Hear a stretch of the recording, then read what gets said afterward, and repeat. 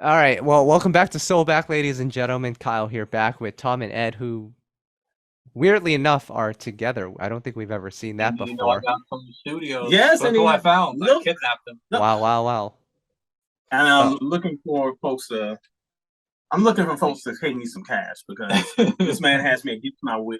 He gave me cookies though. So And he uh, got soul food, so yeah, it was a there good you we night. were go. eating good tonight, hanging with my boy. Had a good time. Well, very fitting that we're here for another podcast. It seems like Tom has finally taken Ed out of the South, and we can finally get this thing rolling. Kyle, can I give two shout outs real quick? Yes, you can. First of all, Ed, can I give a shout out to this day in 1996? You know what came out this day in 1996? No, remind you, boy, we came out in '96 today. I A don't know. Keith Sweat song. Nobody. Nobody, baby. Wow, wow, wow, wow. I thought you had to commit it to memory. I guess not, but all right. No, We but won't tell Keith. well, don't tell Keith, but it is one of my favorite songs of all time. He's too busy chilling with Pleasure P somewhere anyway. So it's all good. He's in a club right now. I guarantee you, my man Keith is in a club. Y- Can I give And a second shout out to all of our boys, JR's World of Soul, aka hmm. Junior Soul Nick. Oh yes, I brought the red cup, the mini Oh red man. cup. Ooh. If you're watching out there, we appreciate you. He supports all of us, so we got to represent. shout out to Listen. the home again. Listen, we always have these conversations of if R&B is dead or not. Tom, I saw you tell JR this. I'm gonna say it as well. If the red cup is there, R&B is alive and well. I did say that. I don't know if you saw Listen, that comment. listen. The red cup. The moment that we don't see him with the red cup, that means he's not inspired or happy We with gotta be R&B. nervous. So he'll give up. But shout outs to our guy JR. Shout out to the homie, no doubt. And there's a million more shout outs that we have to do. This podcast was actually supposed to touch on Diddy's "Is R&B Dead" conversation, which I think we're past that now. I think it'll cycle back in like 6 months as it always does. We either argue it's either if R&B is dead or who's the king of R&B. So we'll do this in 6 months and we'll see if Yeah. anything's changed. But really wanted to take this opportunity as we celebrate a couple of anniversaries here. Yesterday, or as we're recording this right now, yesterday was the anniversary of three monumental, classic. Give me some words, guys. Historical, Iconic. Iconic. I would timeless. I would go with Timeless. iconic and timeless on me. 5 stars. 5 stars. For all three. Slow your roll. Slow your roll. 4.5 stars. Yeah, Four, and a yes, half and yes. We'll give 4.5. Platinum selling. I'm reaching now. I don't know what else to say. That's good enough. You're good. You're good, Kyle. Better than anything that's come out in 2022. Let's not. Well, We're not. If we had a day like this in 2022 where three albums like this dropped on the same day, you know what would happen? We'd be going insane, celebrating like it was, I don't know. but it's crazy that in '97 we got this level of quality weekly. You got 3 albums of this caliber, and we haven't even named them yet. Yeah. This caliber in 1 week. 1 week. So the 3 albums, of course, are Mariah Carey's Butterfly album, which to me is Mariah's best album. Agreed. We have Usher's My Way album, which I wouldn't say it's Usher's best album, but it's his most important album. It laid the Agreed. foundation for what's to come. And we have Jon B's amazing album, Cool Yeah. Relax. We love his that Jon B album. Yep. Ed, I'm gonna throw it to you before we even dissect all 3 of these. Okay. Bring it back to 1997. These 3 albums come out. How the heck do you choose what to buy? What do you spend your time listening to? Because it's not like today where you're listening to 30 seconds of each song and moving on to the next. The expectation is that you're buying an album and you're living with it for at least, I would say, a week minimum. So if you have 3 albums like this, how are you listening to these? Well, let me take y'all back. For the youngins who are spoiled by the streaming generation, where everything just comes up and you're just at work and you just listen to it and on your commute. No. The difference was the anticipation was so high because we had singles. Like we knew the singles were hot, so we knew that these albums were probably going to be dope. And The only way you had to check out the album was to go to some of these CD stores. Camelot Music was one, and you could listen to the album in the store. So that could help you decide if you wanted to cop it or not. But if you were me, what I would do is I would go into one of these stores with $13, and I had to pick one. Mm. And I had to use my judgment and figure out which one. And this day in 1997, I chose Mariah. Was not a bad choice. Was not a bad choice. So Ed, that was my choice among the three. you just picked Mariah because the album cover was fire. It's Mariah. The album cover was fire, and it was fire. But I will There you say, go. I wasn't a fan of Honey. So Mm. I thought Honey was in, but I just felt like hers was going to be the best. I think Predominance proving me right, but all three are great. All three are great. But Tom, speaking of album covers, you know, we talked about the Mariah album cover being fire. The Usher one with the goggles, that was pretty cool too. And didn't you recreate that one? I recreated it. I had the goggles. 97, you were grown men wearing goggles. What were goggles like that used for? Nothing. You just wore them on your head. My brother had some like swim goggles, and he just wore them on his head, just like you wear your hat now. He just wore the goggles like this to the side. It was a strange time.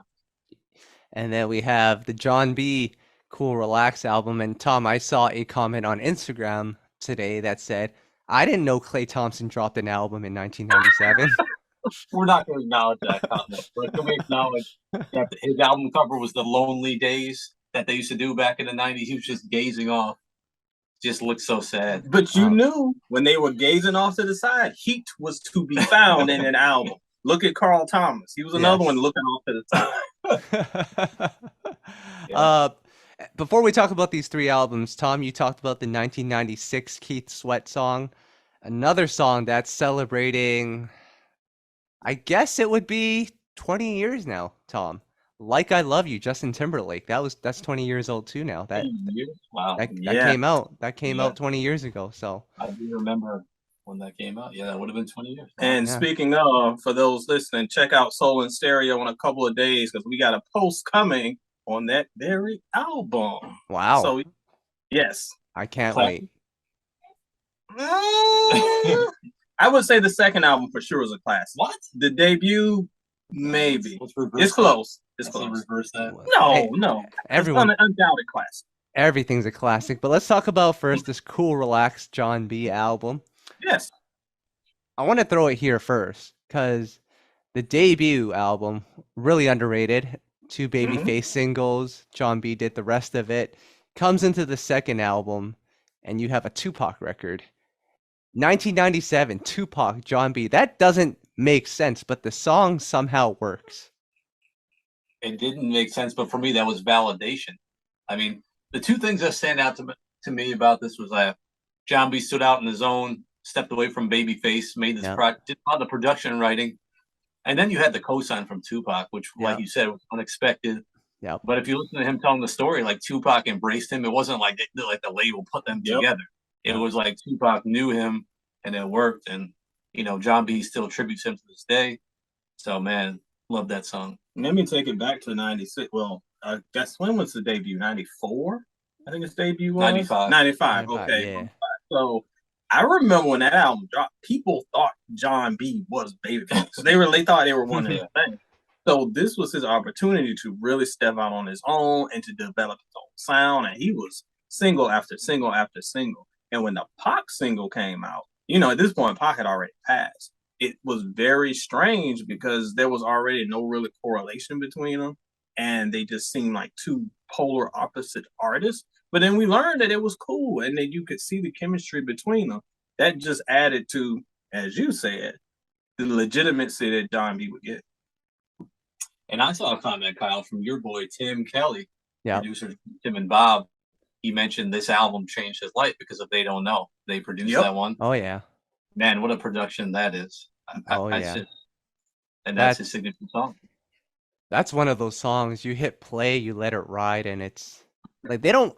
I hate to say they don't make songs like that anymore because that ages us like 20 years. But like that song is like he was just telling his life story in that song, and it's like you don't find that anymore. Everything just seems so like manufactured now. But That song, that he kept it real on that song. What you're missing is honesty. That's why that song hit. He was being honest, and he wasn't just so much music today. And I'm getting on my old man. I can do that. I'm the oldest of me in here. But like so much is like presenting a persona, or like I got to be hard and I got to do this. And I got to yell at somebody.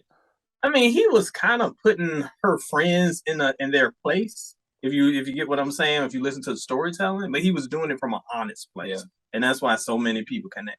The ladies love the song. The ladies love the song. 97, I can tell you this. I want to point out this record here because Tom, I know you love this song. It's the self-titled song "Cool Relax." That production, whew. Absolutely. That's, I mean, love that song. So smooth. It makes you relax if you hear the song. It just makes you feel relaxed and good. So love that one. You know, that's definitely a standout. Tom, let me ask you this, because I know this is, as most people listening to this know, this is this man's one of his favorites of all time. What's your favorite album cut, player? I want to see if you're aligned with what I'm saying. Hold up. Tom, were you drinking something there? Is that alcohol? Oh, he had a little sippy sip. This is the Red Cup episode, I thought. So it's all good. Yeah, he's got a sippy sip over here. Wow. This is truly a celebration for Jon B. He told me in advance he doesn't drink, so I ain't doing it. Next week we'll do we'll take shots. I'll take shots with lemonade. Oh man. But anyway, Tom, I'll give you the track list right now and you tell me I have it in front of me. It's right here in front of me. Oh man. If you want to read it off for the listeners though, feel free. Yes, let's do that. Shine, Bad Girl, Don't Say, They Don't Know, Can't Help It, Cool Relax, Are You Still Down, Pride and Joy, I Do, Let Me Know, I Ain't Going Out, Let's Go Interlude, Can We Get Down, Love Hurts, and that Spanish song that I know you're not gonna pick, and so we're not acknowledging. He doesn't even like that song, so we're not acknowledging that song.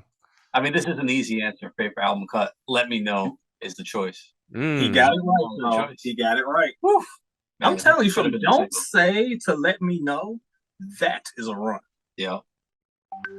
Oh yeah. Ed, what's interesting about this album as I'm looking at it, I'm looking at my Wikipedia facts. You know, you have those two albums that we're going to talk about later that were gigantic albums. This one actually only debuted at number 33 on the US Billboard 200, but it eventually went double platinum. So that lets you know that albums back in the day, and we're aging ourselves again, back in the day, these albums had a lot more longevity. They really pushed these albums with singles, multiple singles, and hey, that album went double platinum off the strength of those singles. Right here on the single release dates. They didn't put out They Don't Know as a single until 98. I was about to say, and I know we got the cheat sheet in front of us. Like, you looking at these single drops, 97, 98, March 98, January 98, September 98. Like, a year later, he was still dropping singles off this show. So, like, that's why these albums were able to have such longevity and stayed in the public awareness and build sales. It's not like today where it's like, comes out on a Friday, trends for the weekend, Tuesday, y'all forgot it exists. And they had budgets back then too. That's what it makes you think of too. That too. Oh yes. So man, what an album by Jon B. Is it Jon B's best album, guys? Yes. Yes. No hesitation. No hesitation. All right. Well, shout outs to Jon B. Great album, and I hope he drops something soon, Tom. It's been a minute. I know he's been working. We know the exact calendar because he's got it marked. The calendar around Jon B. It's been a long time. Yeah. So we'll get that hopefully soon. The next album that I have here is Usher's My Way album. Now, Tom, we just spoke to Usher. Can you take a shot for that? We spoke to Usher. Yeah, that was a big moment. And congrats to my boys on that. That was massive because I know both of you, especially this guy Kyle, has been waiting for this for a very long time. Can we keep over the years, Kyle? Can we keep it real really quickly here, guys? Mm-hmm. So if you've worked in media, if you've done interviews, you know that an allotted time slot, something that's scheduled, never really goes as planned because these artists are incredibly busy. Of course. They're not like us. We don't just hang out at home and play Ninja Turtles all day. They have to meet and greet people and do I wish I things. could play Ninja Turtles all day. I know. Yeah, yeah. I can't wait. Did you guys get that Cowabunga collection yet? Not yet. I got it, and I played it in the airport on the way here. Yes. Wow. Did you beat It- that stage where you're like swimming? No, I Oh, didn't. I intentionally did not play it because I did not want to get stressed out. all I right. played the Ninja Turtles arcade game first. Wow. There you go.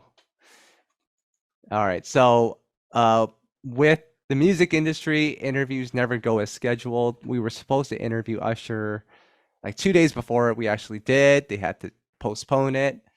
The day of the interview, it got pushed back like 3 times, but we finally got on the phone with him. You know, it was better than the alternative, which was that it was canceled. So we said we'll take it. We got to talk to him, and you know what? Usher seems like a really cool guy, really media trained, of course, but you hear all the stories about these stars being, that think they're better than people, but Usher he was a cool guy. He told his story. He was very thoughtful, had a lot of wisdom, so that was pretty cool, Tom. Absolutely. I know a name came to mind when you said think they're better than people. A few names, I'm not going to mention No, them, but don't get in trouble. yes, he I'm wasn't the one of guy those. that gets in Oh, are we gonna talk about the time you met the Pied Piper or no? Oh yeah, that name did come to mind. We don't. It's okay though. He can't get me though. I mean, Well, his fans can. That's I'm true. trying Chris can still. Oh yes, they're Oh, all my over my goodness. Instagram. Yes, it's free R. Kelly as a hashtag. Oh my goodness. Wow. So My Way by Usher, great album. Like I mentioned earlier, it's the foundation album. He'll have better albums that come out later, but Ed, I know you remember when You Make Me Wanna came out, and there were Man. like all these different Ushers. You had him dancing with the chairs. Like there was a lot of stuff going on here. Yes, it was the multiple man of X-Men Ushers, and they were all doing the thing. So, again, let me take you back to '97. Now, everyone probably listening on this podcast is a R&B fan, historian. Y'all knew Usher had another album. Like this is not his debut. This is his sophomore piece.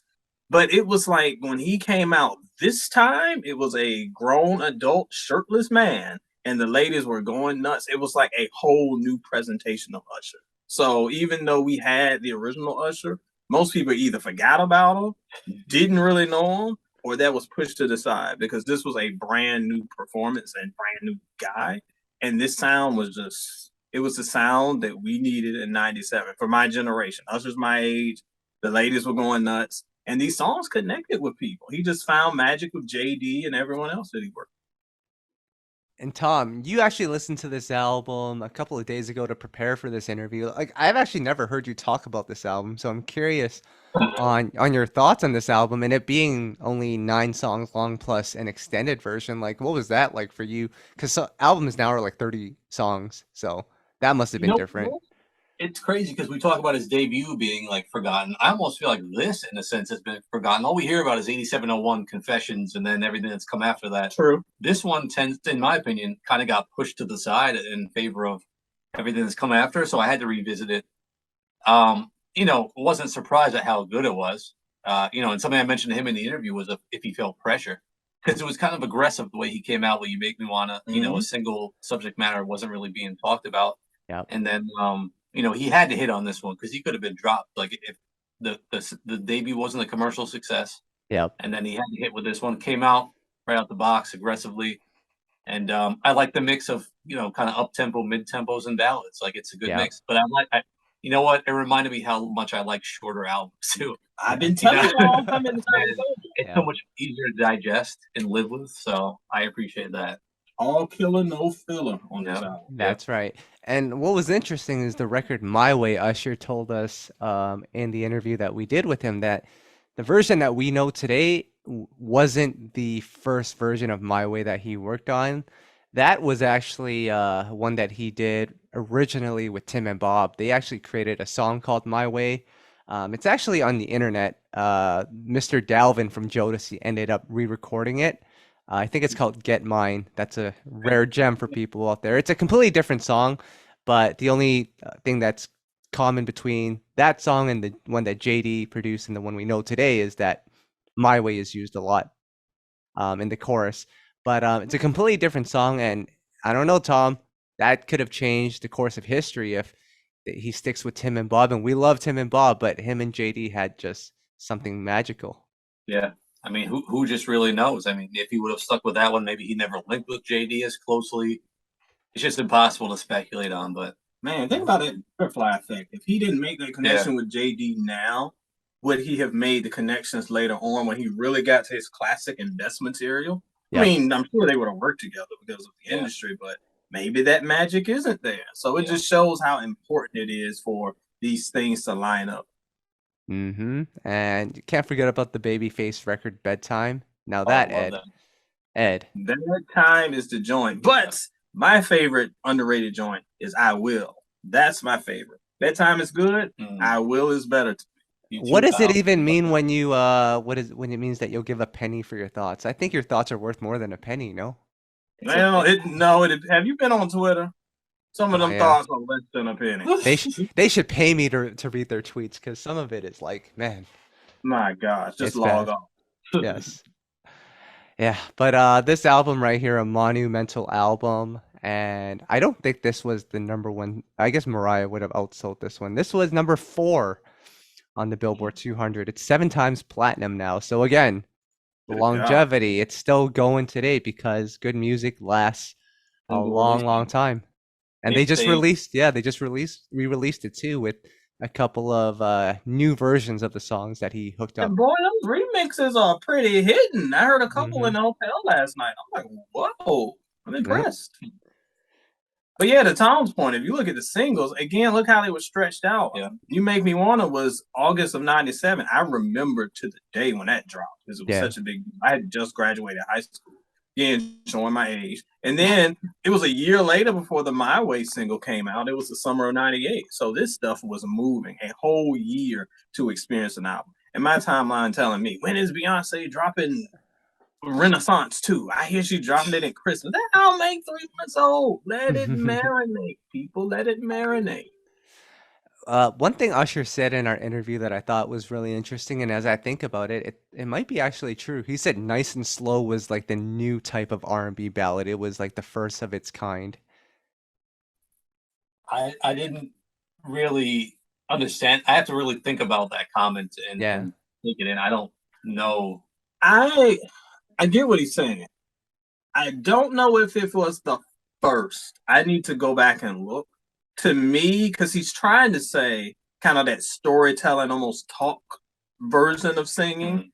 To me, the first one was R. Kelly, because R. Kelly was doing it. I can't remember if that was '96 or after this. I have to start looking at the dates. It's close, but to me, R. Kelly was the first one that was doing the down low remix. Like to me, that is kind of the evolution. If that came out first, I might give him the edge over Nice and Slow. But it was one of the first for sure. And can we just say the song Just Like Me, Little Kim's verse, fantastic. Back when Kim was on it. Yes. I don't know why that wasn't the same.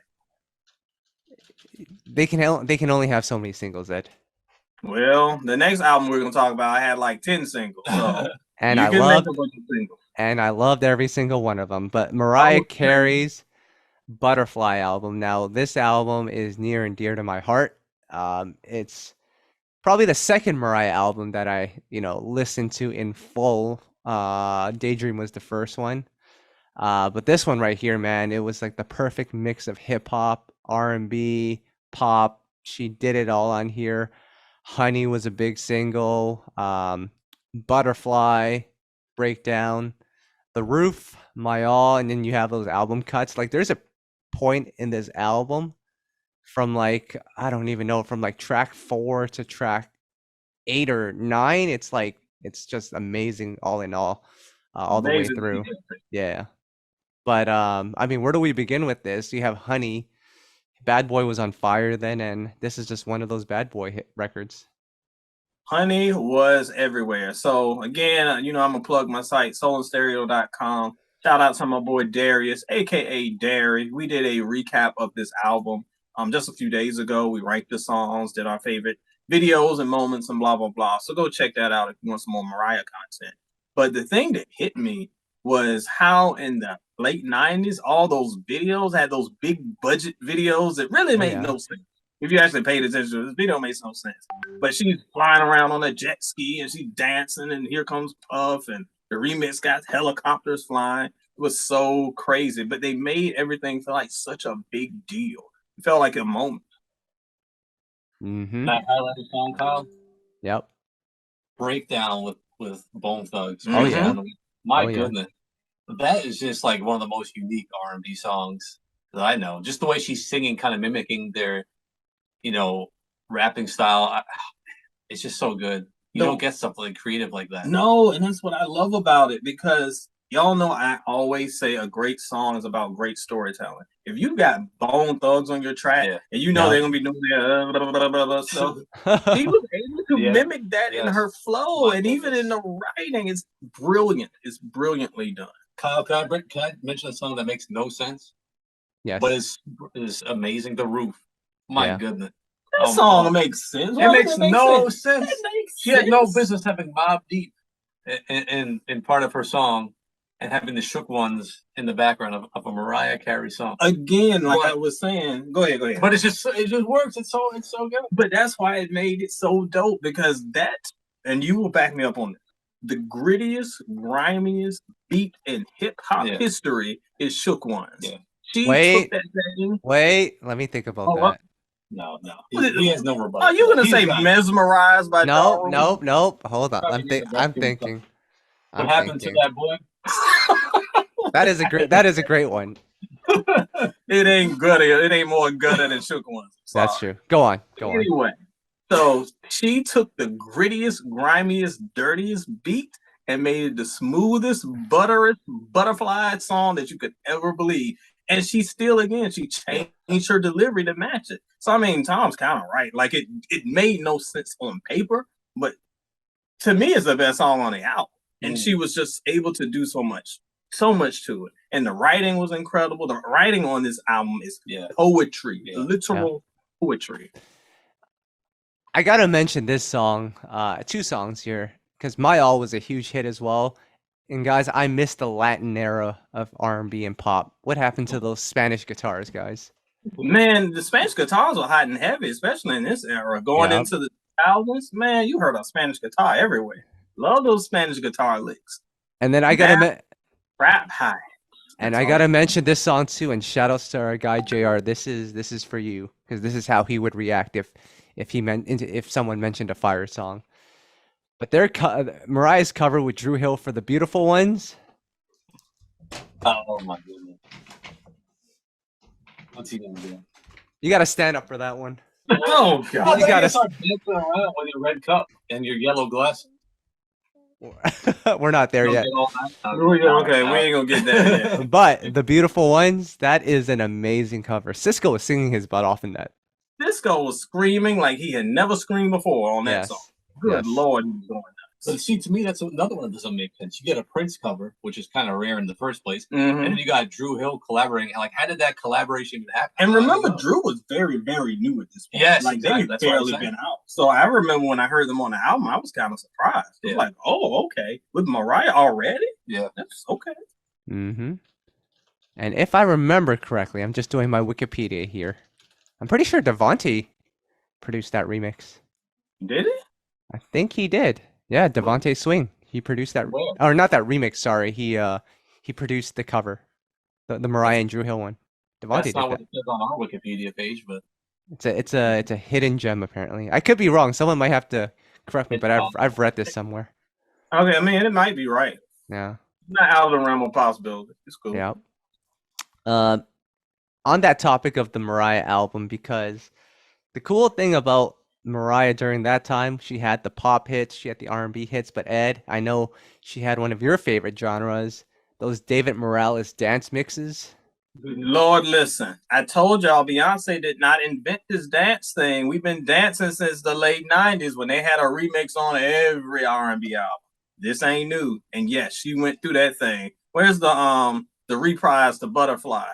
Like, yes, that will get you. It almost sounded church, like they were dancing in the church. Yes. Like it was just This album, Tom is right. This album doesn't make sense when you start talking about it. Well, don't forget we had a young Missy Elliott writing on this album on Baby Doll. I That's mean, true. she was still pretty new at that point. Yep, she was very And new. Love Yep. that song as well. That's a gem right there. Another one that should have been a single. They played it a little bit on VA radio, but it wasn't an official single. Yeah. So another amazing album. This one, no surprise. Her best album, Kyle? I would say so. It topped I the would charts. agree. I would say it's her best. I would say it's her best. I think someone said in the cipher that she called this her magnum opus, and I would agree. There you go. I would definitely agree. So, 3 amazing albums. I know this was supposed to be a short podcast, so we're gonna leave it there. But Ed, we have an update, Ed, on the love letters. Remember that love letters I was talking to you about? With Oh yes, it became. yes. Check out the site. It made it to the site. It made the site. Well, I don't know. I haven't read it yet. But what I will say, and just to give some people some backstory, person invites best friend to destination wedding You're killing me leaving these names out. Person. in the midst of a pandemic. Best friend says, I can't go right now. It's not safe. So said person says, well, you're not a real friend. Cuts her off or him off. I don't want to put genders on this. A year later, this person realizes that they messed up and messages best friend, unblocks best friend, messages best friend, and says, "My bad. I was wrong for that." Which takes a lot to do. Tom, what's the thing that Usher always says? Apologizing's got to count for something. Gotta count for something. He doesn't always say that. That was in one song. Great song about him. He probably does always say that. Yes. So what ends up happening is they talk things through. They hang out, and said person almost pretends like that thing didn't happen and tries to get back on one accord and just pretend like the last year didn't happen and they didn't block their friends and everything. And yeah, that didn't work out, and now they're gone again. See, we didn't get this update on Soul and Stereo. We only had No. the first. So Yeah. that is. I'll give a brief synopsis of what I thought about this. I got to give people the benefit of the doubt because planning weddings is very stressful, very difficult. All of us here have been there, so we understand how difficult this is. Wait, was it difficult? I'm pretty sure I just left it all to my wife, and I just had to be the punching bag. But you were the punching bag, so Yes. you. The difficult. So Yes. I'm sure my wife is gonna jump in and say, "You didn't plan nothing." But beyond that, it is a stressful time, so you have to give your friends grace. However, it was a pandemic, y'all. It was a destination wedding, y'all. Like, you can't just expect people to just uproot, go somewhere, and then in the middle of a pandemic, I mean, we didn't know what was going on in those days. So it was very unfair for the friend to do that to the friend, even though it was a stressful time. But I was encouraged to hear that the person was like willing to say I'm sorry. But now I'm depressed to hear that they hate each other. Yeah. I suggest something for the future, Kyle. I would like to see your next love letters play out like this. You send Ed a suggestion. Mm-hmm. Ed writes the article. Mm-hmm. Kyle takes the article and sends it off to said No, person. you can't do that. Yes, and then they take that advice and change their life somehow based on that advice. I think this is a great idea. I think this was a smart idea. Why not? Post it on my Instagram story and be like, link in bio? Yes, and tag the person and be like, read this. If you want to be subliminal, say, hey, this might be interesting to you, this article. I don't know. Oh, man. Clickbait alert. Yeah. All right. Hey, it didn't pay you. Sorry for your friendship because they can be pissed at Kyle, but That's true. we helping people change their lives. That's what we do. We bring R&B to the forefront. So, and we change people's lives. So we're gonna do this again next week when Ed is back, and maybe you'll just stay in New York, Ed. You should just. I might. He's kidnapped, and I got Soul Studios. Yes, you see it right here. So he might never go back south. He might love it here so much. He might say the South is whack. He might see what I've been talking about this whole time. First of all, I ain't ever say that. But there's a place that sells some pretty decent cookies like around the corner. So I might stay another week. I might make Ed has some great oxtail Yes, street, I had some oxtail. You know what Wow. oxtail? I have had oxtail before, yes. Wow. Oh, you have? So I I'm had. going. Yep, I'm I have. impressed. Yes, It took yes. 4 hours to come, but it was great. So Oh, wait, they're man. just taking ox that they find in the wild and cut its tail, and just put some seasoning on it and serve it to you on the plate. I mean, if you want to be direct, Oh, God. Sound appetizing. just slaughtering a chicken sound appetizing. You sure ate that today. Well, no one. I mean, yeah, never Oh, mind. yeah, Oh, look, man. moving on. All right, all right. So we'll be back hopefully next week to discuss music. I'm still waiting on Ed's review for that John Legend double disc. Keep on waiting. It's not Please. happening? Did you see how long that album is? Instead of listening to that, go listen to Ari Lennox's album, which is a nice, breezy 50 minutes and one of the best R&B albums of the year. Well, No, see, no shame to Jay. To No, my no, boy no, no. John Legend. so this is what happened before we get out of here, because I was gonna do like one of those live reaction things on Facebook. I would listen to the album and try to comment, you know, With every song. not every song, but as the album's playing, I would put my little like tidbits here and there. So I remember this exactly. I posted that thing at like 1:39 p.m. Yeah. My second thing was at 1:42, and I said, I can't do this. I'm moving on to Yeah, Ari Lennox. I saw that. And I was like, I'm surprised you made it that long. Again, Yes, not because I think the album is whack, because I haven't actually heard it, but it was just a lot to go through, and I couldn't commit to it. So, John, we will get to that album eventually. You know me, I will never listen until I hear it. But y'all got to make these albums shorter, play. I got stuff to do. That's true. Okay, we're gone before we get in trouble. So it was good talking to you guys, even though it was quick.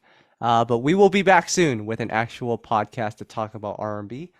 Until then, Tom, do you still have that red cup? Got my red cup right here. No, it's still here, y'all. Shout outs to our guy, JR. We love you. And guys, Love you, man. everyone else that's listening, we love you too. We'll be back. But until then, I'm going to go listen to Chingy. Is that fair, Ed? Oh, No, that's the worst decision you can make. Oh, It's a okay, well, horrible decision. shout outs to Chingy. Anyways, we're out of here. We'll talk next week. All right.